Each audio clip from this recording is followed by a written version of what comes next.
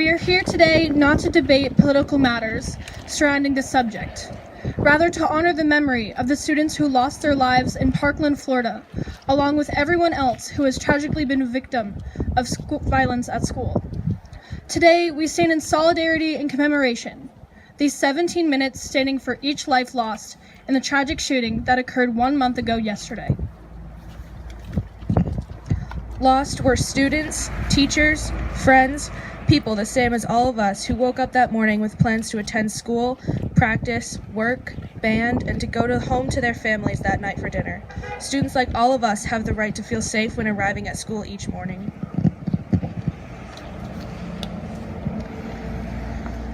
To show that we are united with Parkland students, each victim's name will be read, as well as a short biography of their lives. Giving these people lives recognition is a way for us to use our voices for those who cannot. Please show respect by a short moment of silence following this reading.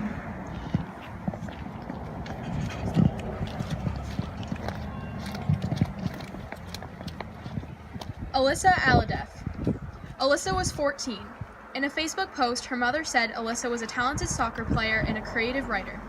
Teammate Madison Saccone said that Alyssa had started the season on the JV soccer team, but by the end had been called up to varsity.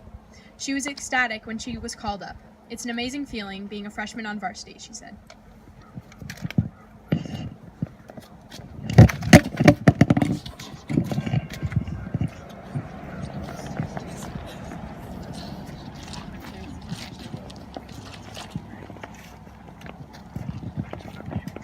Martin Duke Anguiano. Martin, 14, was a freshman at the school, according to the Miami Herald. He was a very funny kid, outgoing and sometimes really quiet. He was really sweet and caring and loved by all his family, according to his Miguel. My family and I have no words to describe the event that has happened on this date. All my prayers to the lost ones. My family and I will appreciate anything that we can get helped with. Rest in peace, Martin Duke.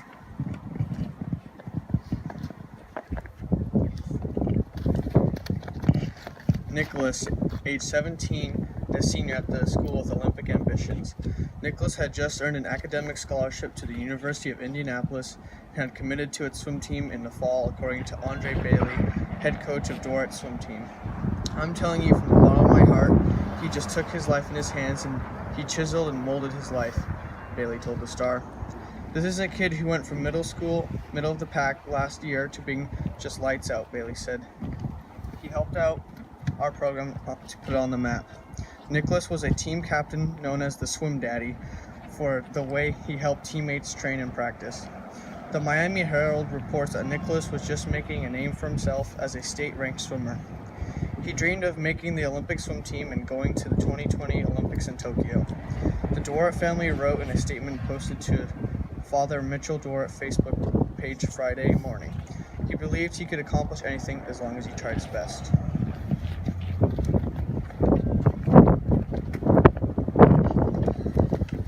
Mr. Aaron Feiss. Mr. Feiss, 37, graduated from Douglas High School in 1999 and had been an assistant football coach at the school since 2002, the Sun-Sentinel reported. He had worked as a security guard at the school for at least 8 years. He reportedly died from wounds he sustained while shielding students from bullets. Quote, he was a great guy, sophomore Douglas lineman Gage Gaynor told the Sun-Sentinel. Everybody loved him. Always gave his all to making us better. Definitely learned a lot from him. I don't know about the incident yet or what actually his performance was, but I know Aaron personally. I coached with him. My 2 boys played for him, Israel said. I don't know when Aaron's funeral is. I don't know how many adults are going to go, but you'll get 2,000 kids there. The kids in this community loved him. They adored him. He was a phenomenal man.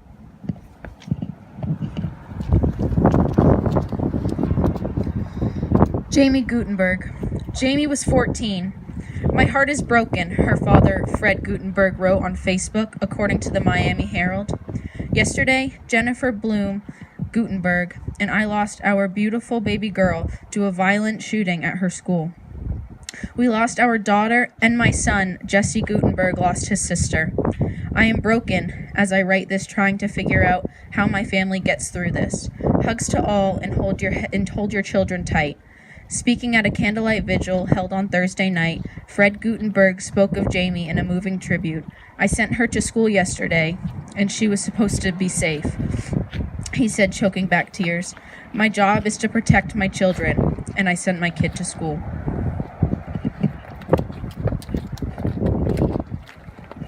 Mr. Chris Hickson. Mr. Hickson, 49, was fatally injured after he raced to the scene of the shooting to try to help students, the school's head football coach told NPR. Mr. Hickson was the wrestling coach, along with his role as athletic director. It's hard to be AD and a coach, but he did it because he just loved it so much, says Willis May Jr. Hickson loved being with the students. He'd get out there and wrestle with them. May described Hickson as a great man with a great sense of humor who loved his family. He added that Hickson was very proud of his military background.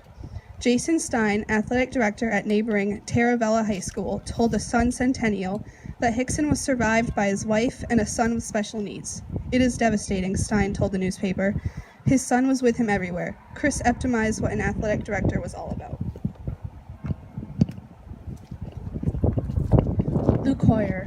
Luke, 15, was a freshman who played basketball and was an NBA fan, and he was quiet but happy, his cousin Grant Cox told the New York Times.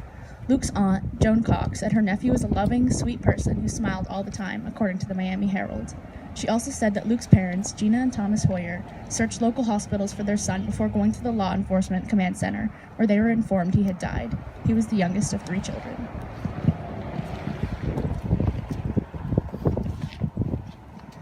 Cara Legrand was 14 years old and loved the beach, according to the Times. We were absolutely gutted, her aunt, Lindsay Fontana, wrote in the Facebook post seen by the newspaper.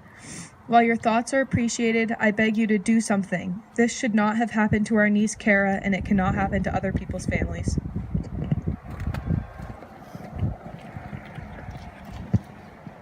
Gina was 14 and a member of the school marching band's Winter Guard, the Sun Centennial reports.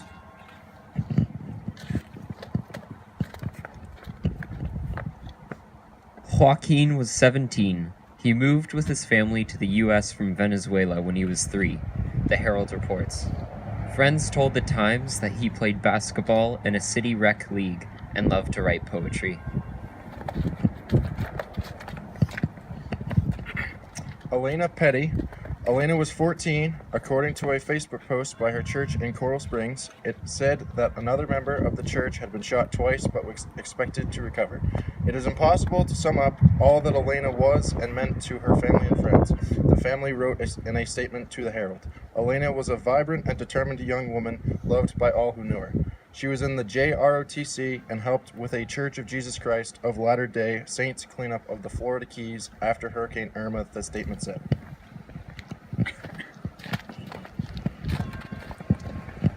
Meadow Pollock. Meadow, 18, was a senior who planned to attend Lynn University in Boca Raton, Florida, in the fall, the Herald reports. Everyone should know how great she was, her cousin Jake Maisner told the Sun Sentinel. She was a beautiful girl inside and out. You killed my kid, he told the congregation at the funeral. My kid is dead, goes through my head all day and night. I keep hearing it over and over.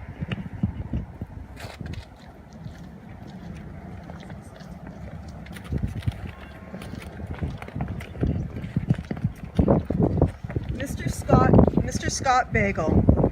Mr. Bagel, 35, was a geography teacher and the school's cross-country coach.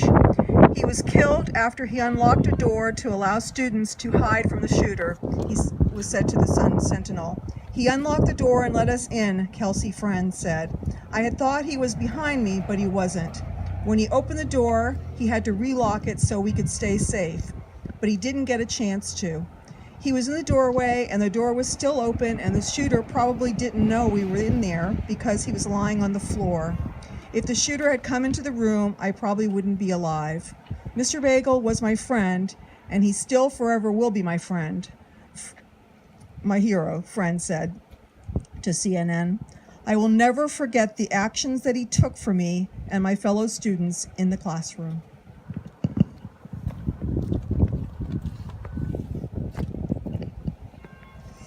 Helena Ramsey was 17 and headed for college next year, according to her family.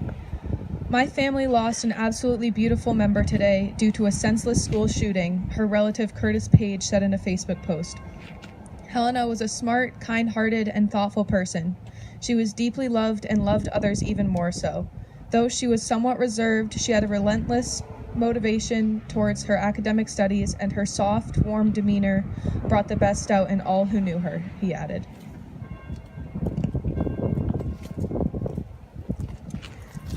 Peter, 15, was in the JROTC program, according to the Herald. His cousin told the newspaper that Peter was in study hall when the shooting began, and he had been holding the door so others could escape. Carmen Shenstrup. Carmen, 16, was a standout student. In September, she was named a National Merit Scholarship semifinalist.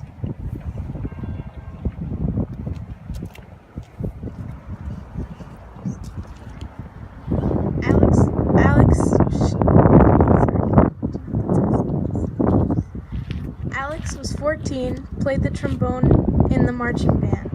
His father told the Times that he was a sweetheart of a kid who just wanted to do well and make his parents happy. Please join us in a moment of silence for all of these victims.